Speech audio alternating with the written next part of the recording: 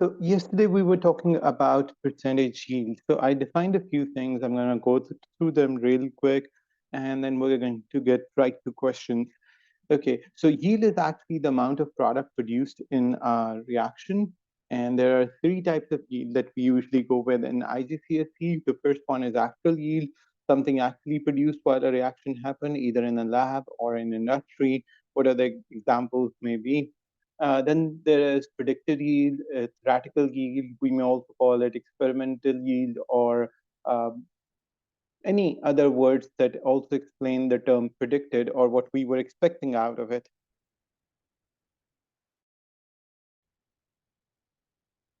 So I was saying that any words that mean the same thing as prediction or what we're going to predict in terms of what we are doing on paper or in theory about the amount of product produced, what we're going to anticipate about it is all falls in the category of predicted or theoretical yield. Lastly, we have percentage yield. Now, percentage yield is actually all about what the prediction we have made and to what percentage have we achieved that prediction. So it's actual yield over predicted yield multiplied by 100. I've now put some specific words, AY to represent actual yield, PY to represent predicted yield. We can use TY as theoretical yield and percentage Y as percentage yield. Now, something I explained yesterday was that actual yield is always less than the predicted yield. That's much like what you have studied back in physics, that your input is always greater and your output is always lower than the input. And there are certain reasons of loss. And since you have already discussed this stuff with me in terms of energy loss previously, when a couple of days ago when we were studying, so you already have a very good idea about it. I'm going to do the same. It's just that we're not talking physics, we're talking chemistry. So actual yield is always going to be less than predicted yield as per there are reversible reactions. Now, the irreversible reactions are reactions which go into reverse direction. The products break down and they start making reactions again. Now, in this case, the reaction never goes to completion. So, something which is never going to complete, of course, is not going to give you the anticipated amount of the product. The second one is side reactions. Yesterday, I was considering an example. Right now is one of the harshest winter seasons around the planet. The bonfires and barbecues are pretty common. What we usually do is that we take coal, we burn it in the presence of oxygen, anticipating that it is going to produce the harmless carbon dioxide gas and a lot of heat along with it. That heat is used to keep us warm, that heat is used to cook our food, the barbecue, all of that stuff, which is amazing, by the way. But another problem with it, that side reactions occur. Now, the same carbon and the same oxygen, instead of producing carbon dioxide, may produce a toxic gas, carbon monoxide. Now, we never intended to produce this carbon monoxide. We understand this is toxic. But there are side reactions occurring to the same set of reactants that we started off with. So, carbon monoxide is a toxic gas. It is produced with far lesser amount of energy, and it's actually of no use to us. So side reactions may occur, and the amount of reactants used for side reactions are simply lost. They are no good of use to us. Number three, inexperienced worker or human error. Now, it may happen anywhere. Now, I've written inexperienced worker and human error altogether because sometimes the mistakes are made just because you're inexperienced. You don't know how to handle apparatus. You don't know how to work yourself with it. But what happens is that sometimes even the most experienced of person may make an error. So to error is to be human. Anyone can make a mistake. So everything is actually categorized under the same bigger, broader category of human error. Number four, there are some errors that are found with certain processes. The processes such as filtration, distillation, crystallization, these processes are never there to give you 100% heat. So you are bound to receive less than the anticipated amount of product. All right. Or sometimes we make lower anticipations to keep our anticipations meeting the criteria of what we are about to produce. That's something for another day or for another discussion. That's what we discussed yesterday. Now, this is all concept. We are going to fit this concept into the mathematical portion we are about to do. How would you know a question is about yield? Now, first things first, the word yield is itself used in questions. There, you get to understand that this question is about yield. Or they may ask you the percentage yield. They may ask you the amount of theoretical or actual yield. Now, that's really easy to understand that the question is about yield when the word yield is itself a part of the question. But, but it becomes a little tricky when the word yield is not used anywhere in the question. How would you know then? Let me tell you what's going to happen in a question is that they might ask you to find the percentage yield and they might give you the actual yield as a part of the question. Because then you're going to find out this one is usually found out by footbridge. We did yesterday. Now you do understand there are three steps to this part. And at the end of those three steps, usually the third step is going to give you the percentage yield. Oh, sorry, predicted yield. My bad. I stand corrected. At the end of that third step, you're going to get the predicted yield. So either actual yield is a part of the question and you need to find out the percentage yield, or percentage is a part of the question, you need to find out actual yield. And sometimes during this whole thing, during the examiner is writing the question, they never use the word yield. So that's a little bit difficult to then uh, understand what the question is about. But if the amount of product actually produced is a part of the question, this should be easy. The question is definitely about the yield. So that's there you go. You have the hint, or to catch what the questions are about. Okay. So what we're going to do is that this was just revision from yesterday. We're going to start with our work for today. So I'm going to stop sharing from here and we're going to get to the whiteboard. Just a minute.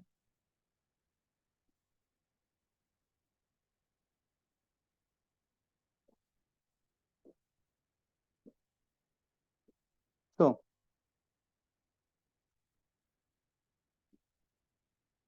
percentage yield. Let's write first question. Let's understand this question as an example so that you'd know what to do. So our question number one,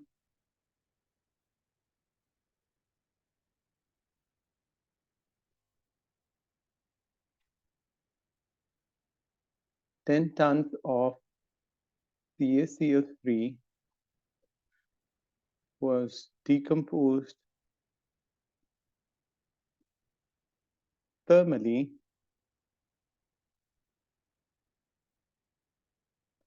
to receive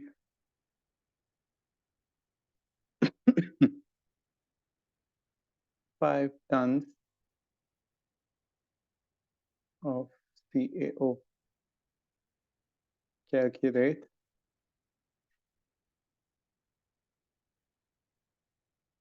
percentage yield. Now, since this question talks about percentage yield, it's pretty easy to understand what the question is about.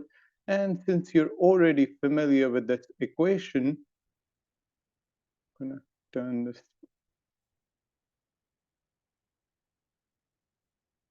He's converting my A's into circles. Okay. Well, I think my writing is more circular. Getting back to it, 10 tons of calcium carbonate was decomposed thermally. Thermally means by the help of heat to receive 5 tons of calcium oxide. Calculate percentage yield. Now you know both the things. The equation is a part of question. You are now supposed to solve it. Now, a simple key, one, balanced chemical equation, two, footbridge. Footbridge itself is a three-step part, and three, percentage yield. That's how you go with this question. Okay. So first of all, you need to understand that whether this equation is balanced or does it require balancing. Since this equation is already balanced, you just simply move ahead to the footbridge part. Now you do understand this one is 10 tons and this one actually is 5 tons. Now, you have already been told about the product. That doesn't mean that you're going to use it for your calculations in the start of the question or during footbridge. Let me tell you, this is actually, this was the hint I was talking about previously. Okay, which means we need to find out the predicted yield of calcium oxide. We don't know about it yet. And until unless we don't know about it, we won't be able to put it into the final or the third step formula for percentage yield. Does this make sense so far? Yes, sir. Good, good. If that makes sense, let's keep on moving and let's solve it. Since step number one is already done for us, let's move on to step two. Step two is footbridge. So I'm going to break it down into three parts for us. So for step two, the first part is to find moles of CaCO3. So number two would be moles of CaO. This one is reacted, of course.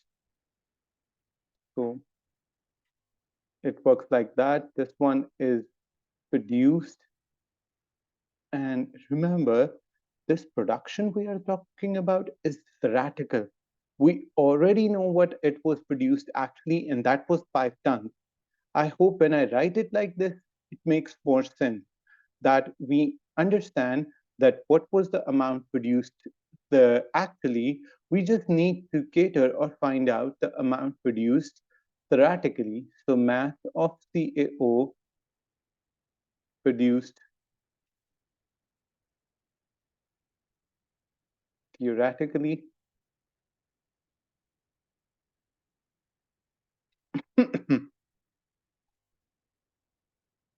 and that is, you may do it in tons, you may do it in grams, it's entirely up to you. So it's totally what units you use. Since we are converting it to moles, so it's better. I usually ask my students to not to do it in tons, which means you can convert all of these in grams. However, if you do it in grams, you can later on convert it into tons to do it in tons. Okay, which means the option is yours, but it has to be synchronous. It means you're gonna go with the units in the same way the formulas require you to. So let's do those parts step by step. So for part one, I'm going to solve it over here. And I am going to put this. So we understand we need to find out moles, and moles is equal to mass over mR. Using this formula again and again will automatically make you memorize this formula so you don't have to cram it in the start, since this is one of the most used formulas in this chapter. So what is the mass? The mass is 10 tons, right? And the MR, we can calculate the MR. So CaCO3, if I talk about MR, Ca is 40 in periodic table, C is 12 in periodic table, O is 16 in periodic table, but since there are three atoms of O, the total makes it 100. So it's 100. Okay, now 10 ton means 10 raised to power 6 grams, and that's divided by 100. So the answer comes out to be 10 raised to power 5 grams. Okay. Yes, sir. But this is result in grams. We still need to, oh, sorry, my bad. This was grams, and the final result, which I mistakenly wrote in grams, shouldn't be actually grams, should be moles. 10 raised to power 5 moles. After division by 100, it becomes moles. 10 into 10 raised to the power 6 is grams. still, but as soon as we divide it by 100, since mass has been divided by MR, it becomes mole. Okay. I hope you understand so far, right? Yes, sir. Good. Now, part two.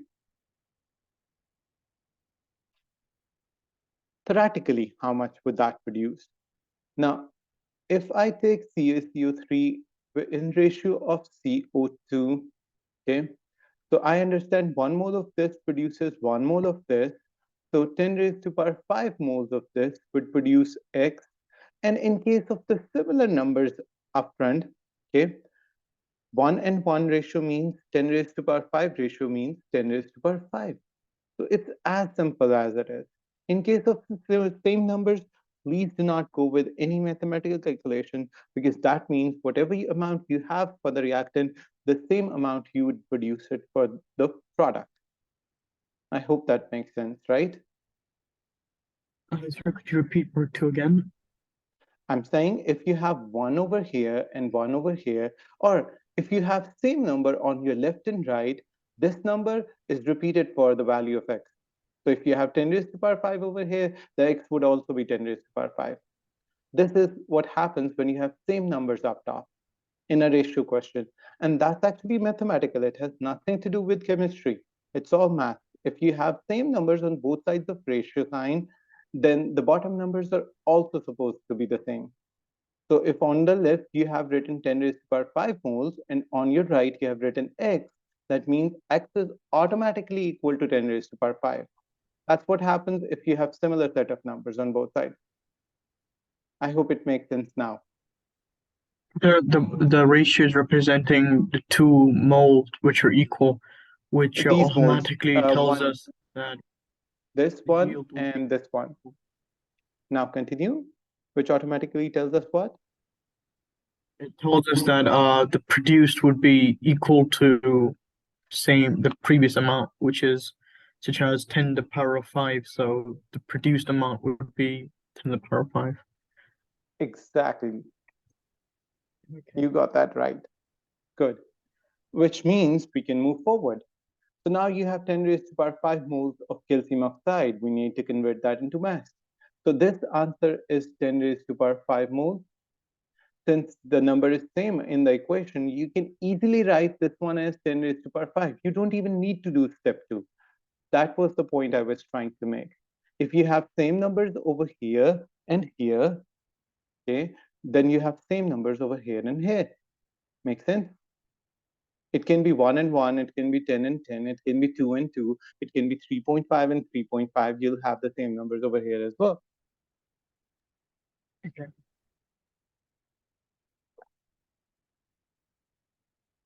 If that makes sense, let's move on to part 3. Now, in part 3, we are supposed to find mass of CaO produced theoretically. Okay, so let's go with the formula again. Now, I hope you're understanding that for these 3 parts, it's formula step, ratio step, formula step. That's always how that works. So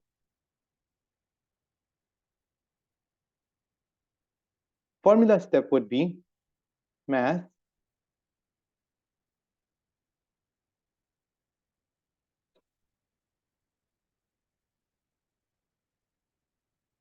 Can you hear me? Yes, sir.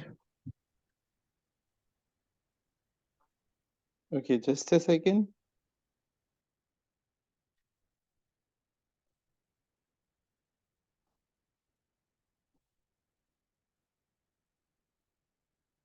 So mass is equal to moles into MR, and that is how many moles we have? 10 raised to power 5. What's the MR of CaO? Let's calculate it.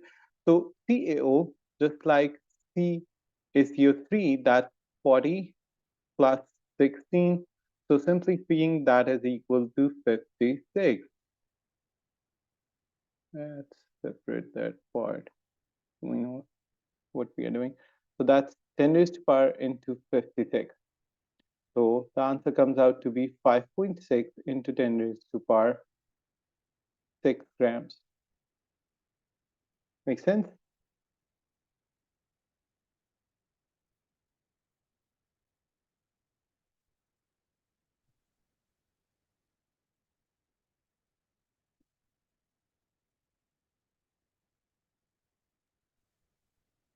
Hello? So your voice was breaking. I didn't get it. Say it again. No, sir, could you repeat the part three? I wasn't able to properly hear you. So the formula is mass is equal to moles into mR. Now we do understand we have 10 raised to power 5 moles of calcium oxide from part 2.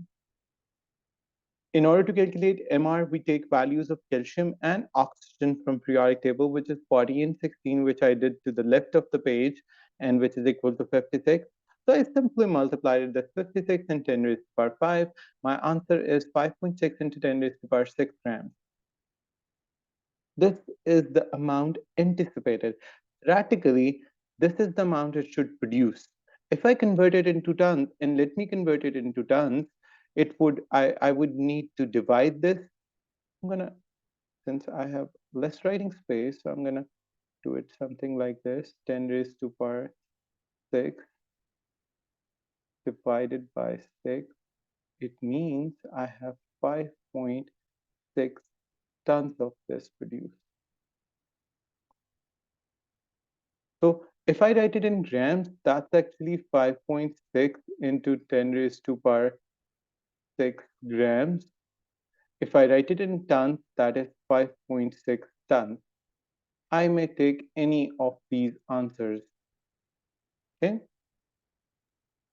Sir, aren't we going to convert the because our answer was in grams, right? 5.6 times 10 to the power of 6. So aren't we going to convert it to by using a method to convert the grams into tons? Right. Since 1 ton is equal to 1 million grams, or 10 raised to power 6 grams, so simply dividing by 10 raised to power 6, we get the value in tons. It's really the interconversion of units. Okay. So since I said previously, and I'm going to repeat it again, it's entirely up to you whether you want to do the whole calculation in grams or whether you want to convert them into tons. It's entirely up to you. Right now, what I've done for the sake of easier understanding is that I've converted it into tons. Now, after step 2, I'm going to go for step 3. And step 3 was to apply the formula of percentage yield. I'm going to write the formula again, and I'm going to apply that. So percentage yield is actual yield over predicted yield multiplied by 100. Now let me tell you, this is predicted yield. This 5.6 tons is our predicted yield. Actually, we were predicting it would produce 5.6 tons of calcium oxide. Unfortunately, it only produced 5 tons, as the question said. So we need to find out the percentage of what has been produced. So it's 5 tons over 5.6 tons. 5.6 tons is what we were expecting it to produce. But since the outcome is always less than the input, so it only produced 5 tons. So that's how we're going to take our answer. If you have a calculator nearby, go ahead, do the calculation. 5 divided by 5.6 multiplied by 100, you'll get your answer in percentage, what we got from this question in terms of yield.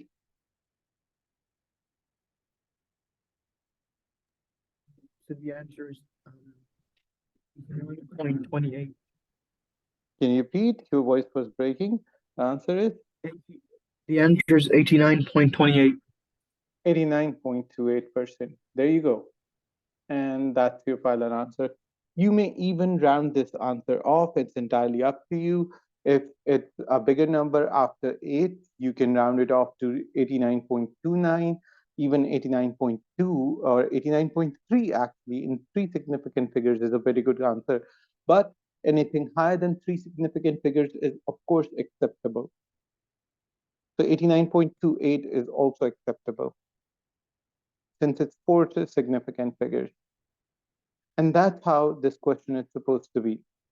So predicted yield, percentage yield questions are themselves based on footbridge. You can see the major central part of this question is all footbridge. Before footbridge, you just tend to balance the chemical equation. After footbridge, you go for the formula of percentage yield. And in between both of these, it's all footbridge steps.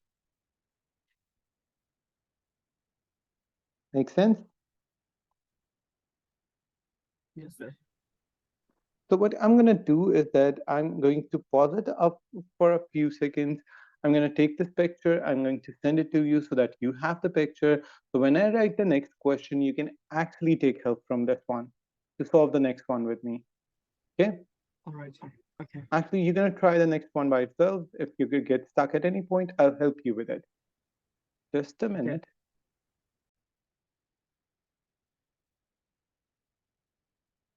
I'm going to use a question that you are already familiar with. Okay?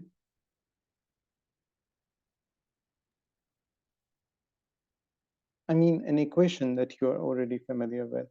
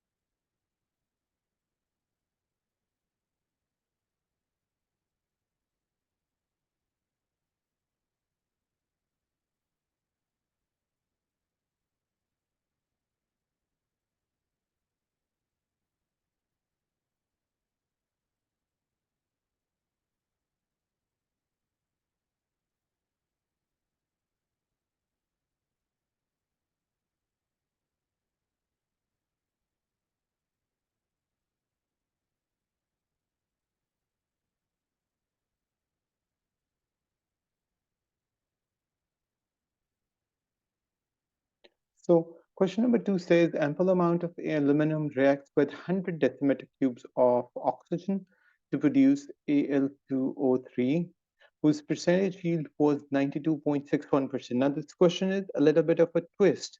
Percentage yield is already given. You are supposed to calculate the amount of Al2O3 actually produced. So actual yield is something you would need to calculate. Apart from that, of course, we understand the footbridge helps us to calculate the predicted yield. So we're first going to calculate predicted yield. Then by using the formula, we're going to use calculate the actual yield. I have previously used this equation before in my lectures. So if you go to WhatsApp and if you take a look at previous questions, you're going to find the MR for aluminum or aluminum oxide, the values you require, so you won't have to waste your time calculating MR. But if you want to do that for practice, be my guest, I don't mind. Take some time, go through with this, formulate the number of steps. The equation is already balanced, so you just need to go with the footbridge steps and then the formula. But wait a second, why don't I actually map the steps for you? So moles of O2 reacted. I'm gonna map out the steps for you more. And remember, this is formula step, part two. In part two, you're gonna find moles of Al2O3 produced.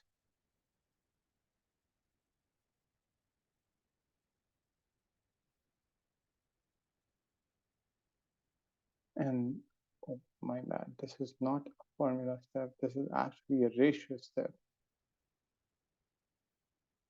So this one's ratio,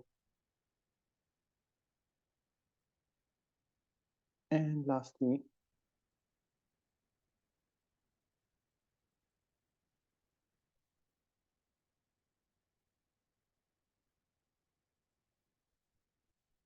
reduced, that is in grams. This is also a formula step.